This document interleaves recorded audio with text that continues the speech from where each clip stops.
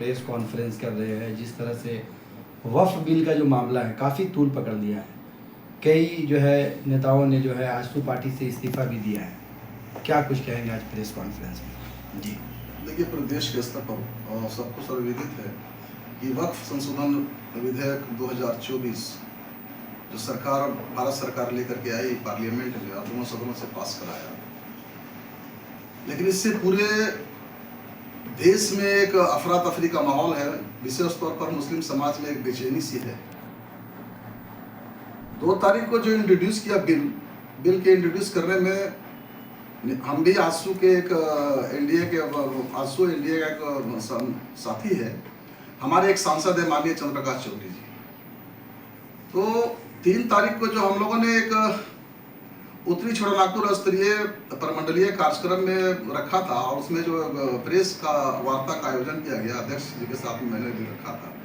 आनंद फानन में कुछ चीज़ें ऐसी हैं जो बोली जा चुकी। हमने वहाँ पर व्यक्त करने का प्रयास किया था कि हमारे सांसद माननीय चंद्रप्रकाश चौधरी जी ने पार्लियामेंट में किन शब्दों का प्रयोग किया और क्या कहा। एक बहुत ही जो गंभीर विषय है और इस विषय से पूरे मुस्लिम समाज आहत है। आजसू पार्टी के इस निर्णय से आजसू पार्टी का एक धर्मनिरपेक्ष छवि पर कुठाराघात हुआ है। हम पूरी तरह पार्टी के निर्णय से असहमत हैं और पूरे इस देश के जनमानस, विशेष तौर पर जिस समुदाय से हम आते हैं, हम मुस्लिम समुदाय के साथ खड़े हैं। 3 तारीख को जो बयान मेरी ओर से आया वो आनंद फानन में दिया हुआ बयान था। जो पार्टी का लाइन था मेरा लाइन नहीं था। हमने सिर्फ वहां पर अपने सांसद के वक्तव्य का ही उल्लेख किया था। पार्टी के अंदर जितने भी मुस्लिम लीडर है, अल्पसंख्यक लीडर है, उनके अंदर एक बेचैनी है। तो इस संदर्भ में राज्य के सारे जिलों से, सारे प्रखंडों से मुस्लिम नेता जो आजसू पार्टी में है वो हमारे संपर्क में हैं। वो लोग चाह रहे हैं कि एक विशेष बैठक आहूत की जाए और आगे की रणनीति तय की जाए कि हम पार्टी के साथ में किस रूप में चल सकते हैं या पार्टी इसका आजसू के पार्टी के मुस्लिम नेताओं को किस रूप में संतुष्ट कर सकती है। क्या लगता है कि ऐसा करने से आप लोगों को फिर से पार्टी में जो है बढ़िया जगह मिल पाएगा? क्योंकि अब तो जो होना था तो वो तो हो गया। वक्फ बिल जो है वो लागू हो चुका है। इसमें कई नेता जो है एक तरह से कहा जाए कि कुछ देर पहले आप कह रहे थे कि उफान सा है लोगों में। कैसे देखते हैं इसको? देखिए, हमने ये कहा कि पार्टी में, चूंकि ये पार्टी 1986 से आजसू खड़ा है और मैं भी 1986 से हूँ। झारखंड अलग राज्य के आंदोलन में आजसू की सबसे महत्वपूर्ण भूमिका है, इससे कोई इनकार नहीं कर सकता है। 1986 से लेकर अभी 2025 से तब तक मैं आजसू पार्टी के साथ ही हूँ और इसके विभिन्न पदों पर समर्पण भाव से मैं शुरू से रहा हूँ। लेकिन ये इसकी तब तक हम लोगों को लगा कि ये इसका धर्मनिरपेक्ष छवि पर कहीं पर कोई आंच नहीं आएगी। ये पहला बार है जब पार्टी को निर्णय से हम असहमत हैं और असहमति दल के अंदर हो सकती है। असहमति का मतलब पार्टी छोड़ना भी नहीं होता है, लेकिन असहमत तो होगा और पार्टी प्लेटफॉर्म के अंदर बातें रखी जाएंगी। गलतियां इसमें यही हुई कि इतने गंभीर विषय पर निर्णय लेने से पहले पार्टी के केंद्रीय कार्य समिति में इस मसौदे को लाना चाहिए था और अपने शीर्षस्थ नेताओं से विचार विमर्श करना चाहिए था, जो नहीं हो पाया। ये होना चाहिए था कि हम आखिर किस ओर जाए, हम बिल के पक्ष में रहेंगे कि बिल के विरोध में रहेंगे। क्या वजह लगता है आप लोग से राय नहीं लिया गया उसको लेकर? हमने कहा ना कि निश्चित तौर पर इस पर राय लेनी चाहिए थी सबको इससे, लेकिन राय उस तरह का नहीं ली गई और सांसद महोदय के द्वारा लोकसभा में सीधे सीधे समर्थन कर दिया गया। तब तो पार्टी इसमें कोई सुधार तो कर नहीं सकती है, समर्थन तो कर ही चुकी है। देखिए, ये आप भी जानते हैं कि 288 मतों से ये विधेयक पारित हुआ है। हमारे एकमात्र सांसद है ना, ये अच्छी तरह से पता है। तो हम बहुत कुछ उलटफेर करने की अवस्था में नहीं है, लेकिन सैद्धांतिक तौर पर, वैचारिक तौर पर पार्टी का एक स्वरूप झलकता है उसके गतिविधियों पर।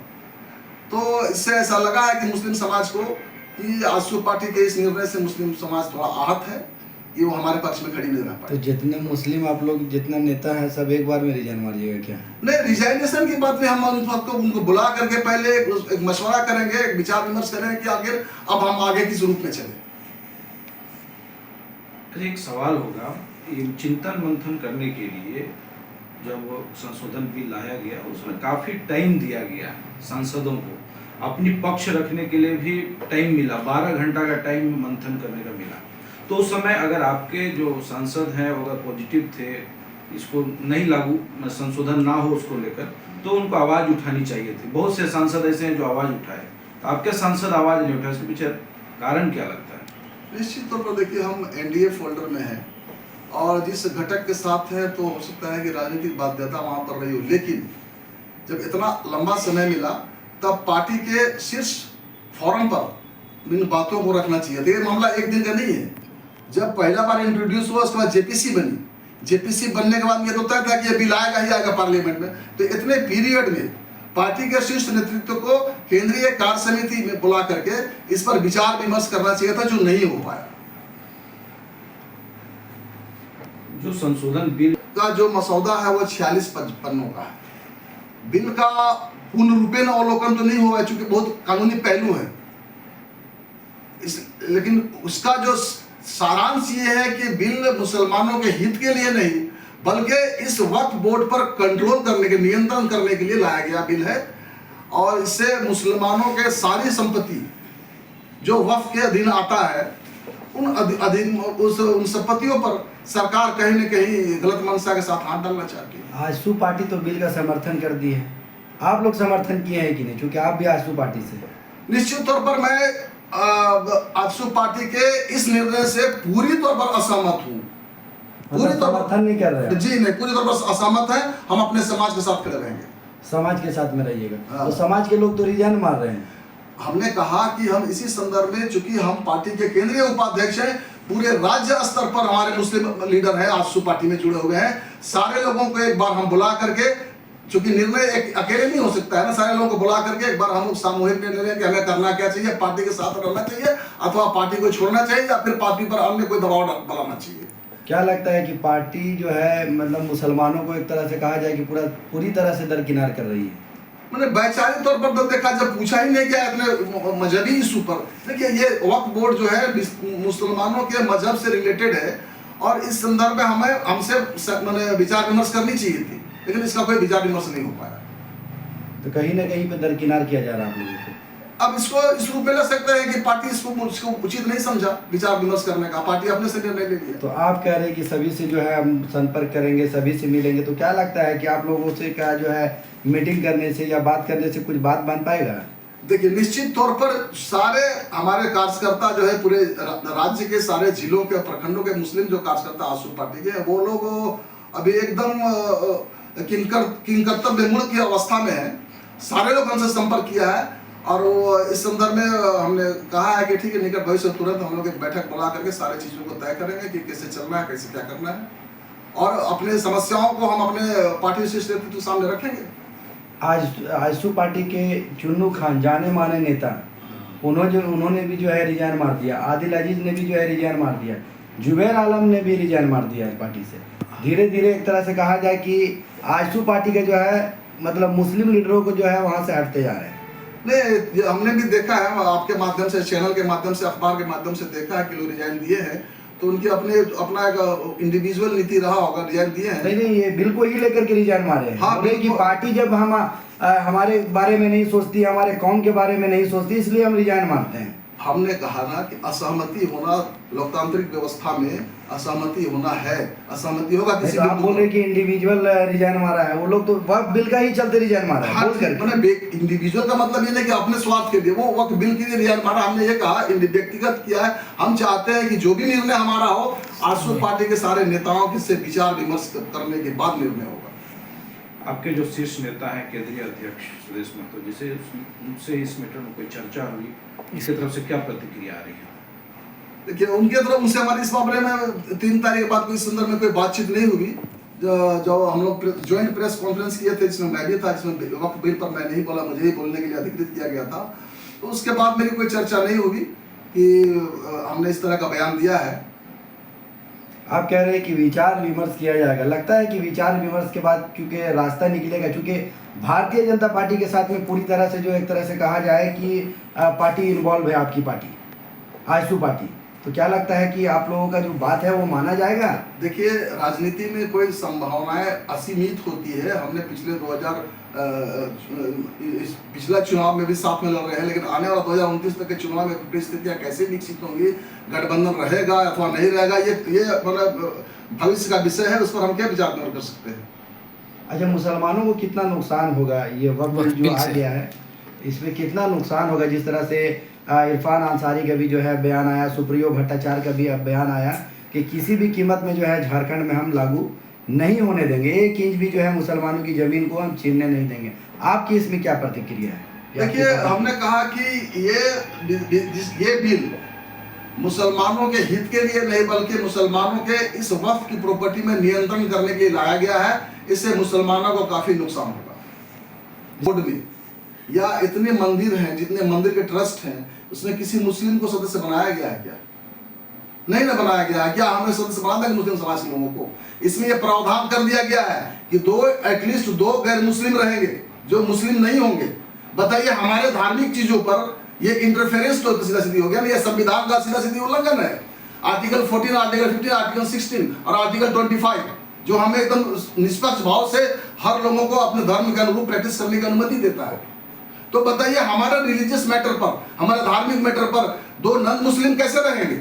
क्या ये ट्रस्ट के जो हिंदू न्यास बोर्ड हो, हिंदू के अलग अलग पूरे हिंदुस्तान में जितने भी ट्रस्ट है, जितने मंदिर है, मंदिर का ट्रस्ट है, न्यास बोर्ड है, क्या उसमें सारे मुसलमानों को प्रतिनिधित्व देने का काम किया है क्या? या फ्यूचर में देंगे क्या? ये गलत है। और बहुत सारे, जो हमने कहा कि 46 पेज का ये पूरा बिल है, बिल में भी बहुत सारी त्रुटियां हैं जो सरकार इंटेंशनली चीजों को लाया है, जानबूझ करके वक्त की संपत्ति में छेड़छाड़ करने का रास्ता ढूंढ निकाला है। अच्छा, एक चीज और बोला जा रहा है कि पूरे इंडिया में सबसे ज्यादा अगर जमीन है, 3रे नंबर में सबसे ज्यादा जमीन में वक्फ बोर्ड का आता है। तो खाली यूपी में मत नहीं, यूपी हो गया, दिल्ली हो गया, मुंबई हो गया, कानपुर हो गया, राजस्थान हो गया। देखिए क्या है, इसके आप थोड़ा पास्ट में जाइएगा तो जब मुस्लिम शासक थे, शासक वर्ग था, तो बड़े पैमाने पर लोगों को मुस्लिम के कल्याणार्थ चैरिटेबल के रूप में जो है ना जमीनों का, संपत्तियों का वक्फ किया है। तो उन वक्फ की संपत्तियों में जो पहले इंटीरियर था, आज प्राइम लोकेशन में आ गया है, उनकी कीमतें बहुत ज्यादा हो गई है। सरकार की निगाह वहां पर भी है कि उसको स्नैच करके किसी तरह जो है ना उसका व्यापार किया जाए। इसका सीधा सीधा नुकसान मुस्लिम समाज को होगा, क्योंकि वक्फ की संपत्ति से असहाय, बेरोजगार, यतीम, गरीब, मिस्किन, मस्जिद, मदरसा, कब्रिस्तान, मुसाफिर खाना, सारा चीज रेगुलेट होता है। कि हम जहां पर जिस जगह पर हम सैकड़ों वर्षों से स्थापित हैं, जहां जो मुस्लिमों की प्रॉपर्टी है, उस प्रॉपर्टी को सरकार अवैध घोषित करके कहीं ऐसा अपना होकर अपने कब्जे में ले ले। हाल में काफी ऐसे केस हैं जो वक्फ बोर्ड को लेकर या फिर ना कि सरकार की मंशा ही है कि वक्फ बोर्ड की संपत्तियों को उसमें त्रुटि निकाल करके अपने अधीन लेना। सरकार उसी के तहत ही बिल्कुल आया है। तो आप लोग अगला बैठक जो है कब कर रहे हैं सारे लीडरों के साथ में, जो जितने मुस्लिम लीडर हैं आप लोग कब? मतलब 1 से लेकर 2 दिन में सारा कम्युनिकेशन हो जाएगा। उसके बाद कम्युनिकेशन होने के बाद में आपको इसकी सूचना दे दी जाएगी। उसके बाद फिर कुछ बड़ा निर्णय लीजिएगा? हाँ, निश्चित तौर पर जो क्षण के आएगा उसके बाद में निर्णय लेने पड़ा। इसको क्या माना जा सकता है कि आंसू के साथ में आप लोग का मतलब विरोधाभास हो रहा है? नहीं माना जा सकता है? नहीं, विरोधाभास वक्फ बोर्ड को लेकर से विरोधाभास है। वक्फ बोर्ड को लेकर के सरकार, आजसू पार्टी के जो स्टैंड है, हम उसके विरोध में है, उससे असहमत है और हम अपने नेतृत्व से दबाव बनाए कि आखिर किन परिस्थितियों में आपने वक्फ बोर्ड के बिल का समर्थन किया है। आप इसको पब्लिक डोमेन में आकर के इसको क्लैरिफाई करें, हमको संतुष्ट कराए कि इन वजहों से मैंने समर्थन किया है। अच्छा, वक्फ बोर्ड को अगर साइड कर दिया जाए तो आंसू का विचारधारा क्या लगता है, आप लोग के हित के लिए है? अगर वक्फ बोर्ड का मसला नहीं, वक्फ बोर्ड के बाद तो हमने कहा ना कि इसका नेचर स्वरूप 1986 से गठन के बाद अभी तक एकदम सेकुलर रहा है और इसमें समाज के हर तबके के लोग शामिल हुए हैं। ये पहली बार लग रहा है कि मुस्लिम हितों की अनदेखी की गई है इसमें आंसू की ओर से।